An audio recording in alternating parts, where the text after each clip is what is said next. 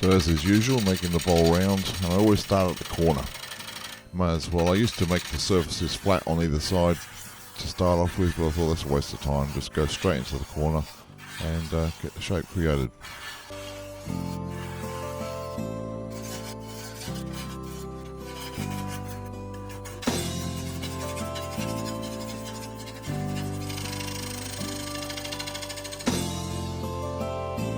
Now you'll see in this bowl there's still some flat edges there. They've got to be taken out, so the bowl does end up a lot smaller than I'd hoped it to be, but it is what it is.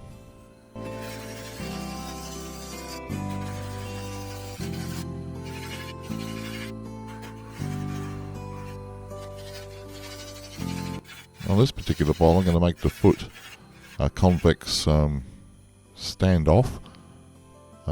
Probably around about a 1/4 inch on the bottom there, just to give a little bit more character to the bowl.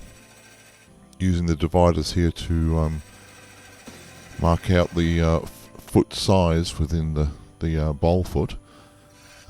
Always make sure the left hand side of that divider is going to make the impression, not the right hand side. It'll catch like hell. Using a skew just to flatten up the truck foot and the outsides too, just to neaten her up.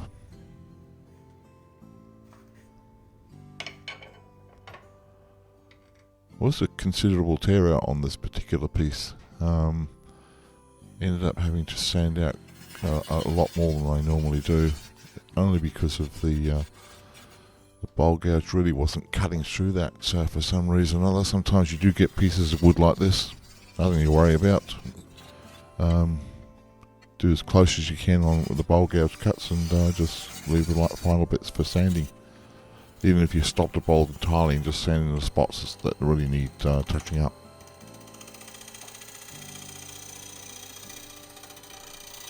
Shear scrape on the final outside of the bowl.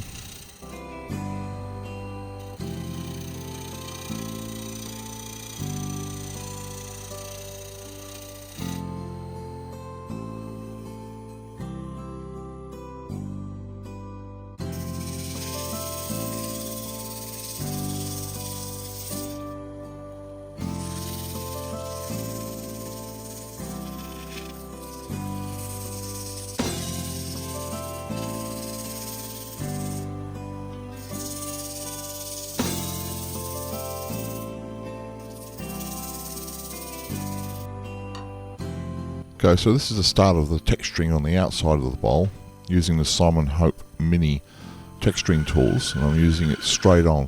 So you can see here the tools going into the bowl, and I've already made a cut, and the kind of like square dots is the only pattern I'm going to use in this one. Originally started off with making possibly just 2 rings side by side, having 2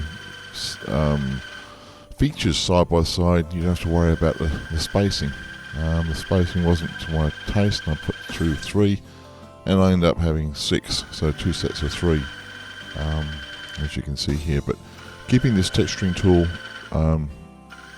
perpendicular to the bowl, and pressing fairly hard until you feel that disc or the tool itself cutting. You can actually readdress the bowl with the texturing tool after you've started and stopped it, as the teeth on the tool find their pattern and continues to cut, so it doesn't end up a botch. You can see here the pattern seems reasonably good. There's a wider line or gap between the 2 sets of 3, so I end up putting a bit of a touch there. Now this brush is important. It's a horsehair brush. It's not nylon. Nylon will melt with the friction of the bowl turning around, so horsehair is the best way to go. Get them on Amazon, whatever. Now this is the Henry Taylor pointing tool. It's extremely sharp. You've got to keep these things sharp, and I use those for placing highlighting lines either side of the textures that have been marked on the bowl here, as you see.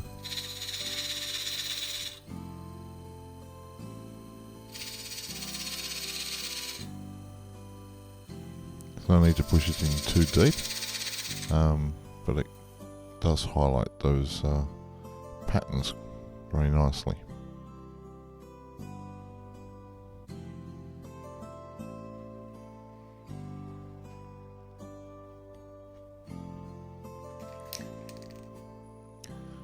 Now you see here I've applied some sanding sealer on the bowl, and now I'm using some matte black spray paint. This stuff's from Hampshire Sheen. Any matte black spray paint would do the job. Rotating the bowl as I apply it so it doesn't dribble. Now you'll see here that the Dorsonia blue paint, iridescent blue paint, was applied on top of the black once it's dry. Wait for about 30 minutes, it does dry pretty quick. You won't see it in the footage here, but I did use the bowl gouge either side of that pattern to take away the black paint. Fairly straightforward. So now the bowl's been hollowed out, but I do put a lip on the front side of the bowl, and that's what's going on here right at this stage. Going to get about an inch and a half rim flattened out and apply a couple more texture rings. Already used the Henry Taylor pointing tool. On this particular part I'm going to use the Henry Taylor Convex tool. Best I can subscribe it, as the skew is being used here at the moment just to flatten out that area. I left a couple of beads on either side of this rim so it highlights the textures which are about to be applied.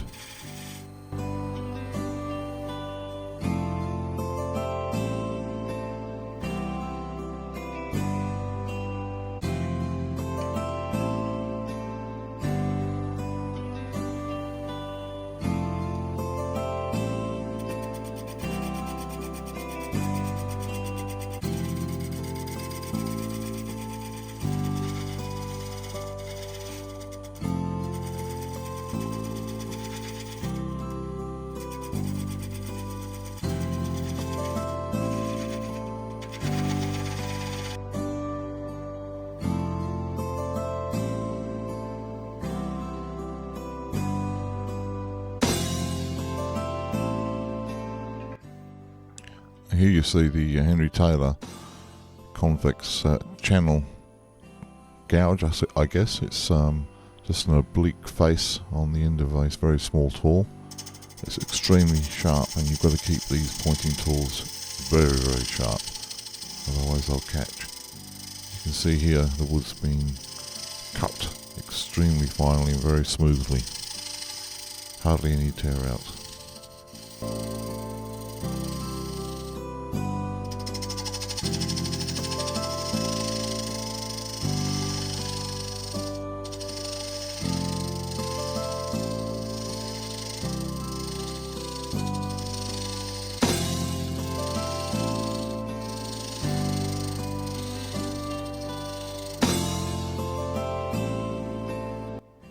I'm going to use the Henry Taylor texturing tool in those channels, and I apply the tool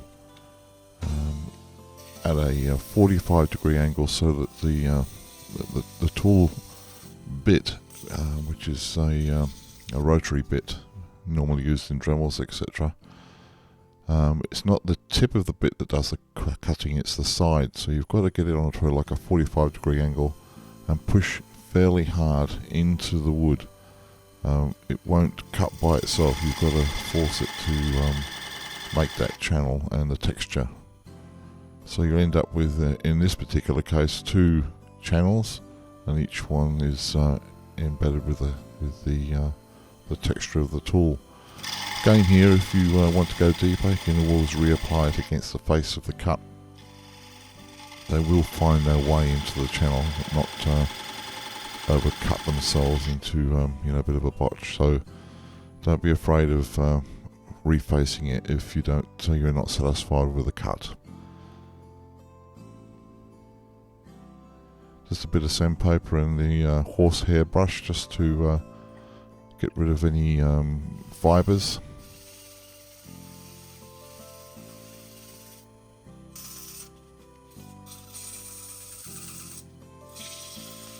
And all that's left now is then to hollow out the bowl and apply finish, of course.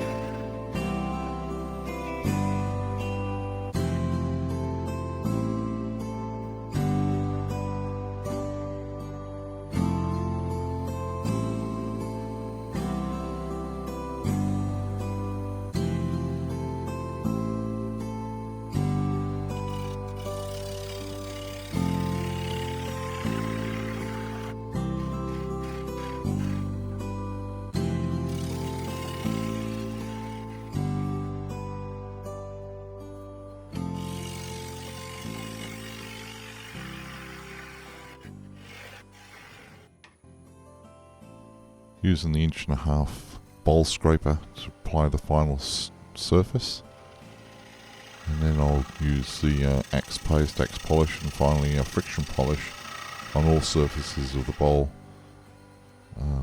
on this particular project.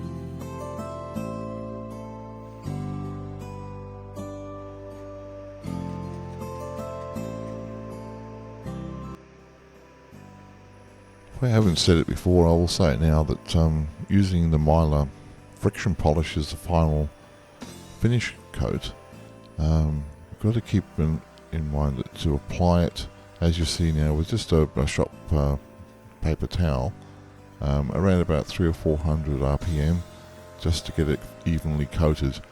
Then you ramp up the RPMs to around 1000 to 1300 and allow the heat to be generated through friction to allow that polish to adhere. Now, it's not just one coat.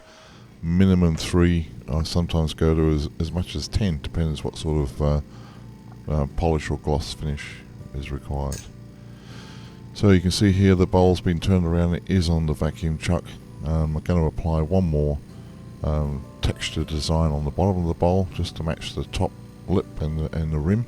You can see here now the Dorsonia paint's applied to that embellishment on the side of the bowl. So the same trick goes on to the bottom, and then finally the maker's badge is planted firmly at the bottom. So getting towards the end of this particular project, guys, thank you very much for joining me on this one. Hope you enjoyed and get to see how the texture tools are used. Please, if you've got any questions, leave them in my comments. I will reply to everybody there. My idea of my channel is to provide a how-to format. As a lot of people here have been following me, I'm happy that you are, and there'll be some more videos, of course, coming next week. We'll see what it is. Don't really know until I pull that wood out of the pile and start the project. For the newcomers, please subscribe, press the like and link, and see you all next week. Cheers guys, enjoy.